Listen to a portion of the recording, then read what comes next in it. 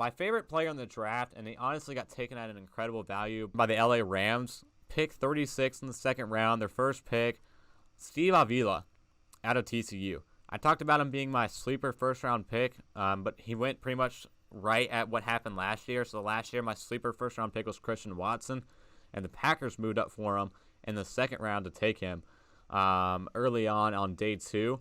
So Steve Avila, same situation, fell out of the first round despite a lot of teams being interested in him, and then the Rams ripped him at 36. And I think it's a good fit for the Rams, a 6'4", 331, do-it-all offensive lineman. I mean, a real plug-and-play guy up front for this Rams offensive line that's had a lot of depth concern the last couple of years. Avila is my number 1 interior offensive lineman in this year's class. Incredibly experienced and decorated, plus level mass, plus level strength that we're seeing here as a run blocker. He gets a little bit aggressive and immediately tries to seek a defensive lineman, but he also does a good job as a swing guard as well, with some outside zone runs, having to swing to the right. If he's starting, where he played mostly at left guard. I think he had like over 1,000 snaps at left guard for TCU this past season. So he's able to displace defensive linemen in the running lanes, on the outside and also off the ball, and open up holes in the middle of the offensive line as well in the running game. Pass protection, I thought, was his strength with his mass, allowing him to win physical battles. And honestly, a guy who, he's pretty much a scheme player, but you want him on the inside. He's got some issues and some speed rushers, but anywhere on the inside, this guy can play. I mean, you can put him at left guard, right guard. You can put him at center. He's played center before in the past at TCU. He played 1,010 snaps at left guard in 2022. In 2021, he played 685 snaps at center and then 61 snaps at right guard.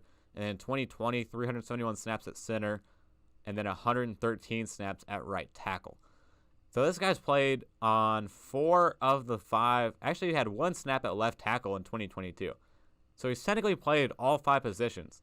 I mean, only 1 snap at left tackle in his career at TCU, but he's played all 5 positions. You can say that. He played left tackle once. But he's a very multi-positional guy, and I love multi-positional versatility guys on the offensive line, especially for a team that had a lot of injuries up front last year with the LA Rams. Adding a guy who is experienced and decorated at multiple positions gives you a lot of plug-and-play ability with him. So that was a great addition. I really like Steve Avila going into this class. Again, another guy who I had a late first round, early second round grade on, and that's where they took him at.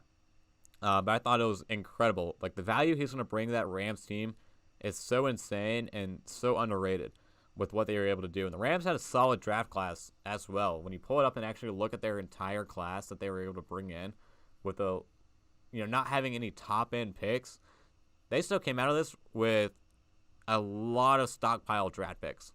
Steve Avila, you got Byron Young from Tennessee off the edge. They needed an edge rusher. They got one in the 3rd round. Kobe Turner adds more depth in the interior of that defense.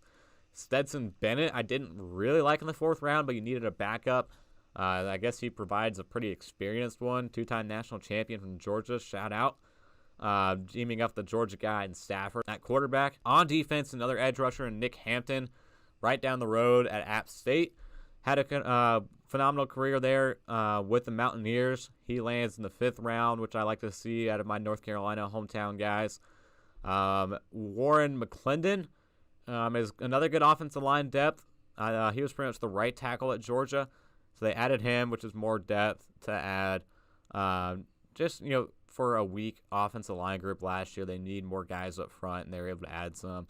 Add 2 in McClendon and Avila, who will be solid guys for that offensive line. Davis Allen at Clemson. Puka Nacua from BYU, a very underrated wide receiver at pick 177. They're going to use him very well. I'm excited to see Nacua work with Sean McVay and being able to scheme him into some roles.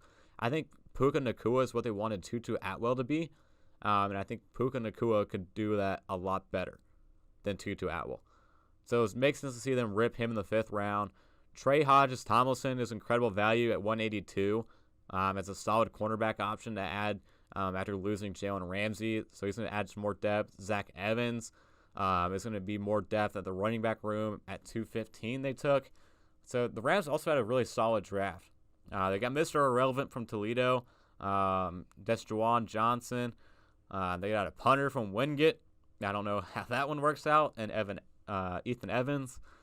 But I don't know. That was a big haul. A bunch of sixth, seventh round guys that they had. 1, 2, 3, 4 guys in the fifth round, 3 guys in the sixth round, 3 guys in the seventh round. So the Rams had a really busy day 3. You even added in Stetson Bennett in the 4th round as well as a day 3 guy. But I like Steve Avila. Great fit for this offensive line, and adds tremendous value up front for the LA Rams.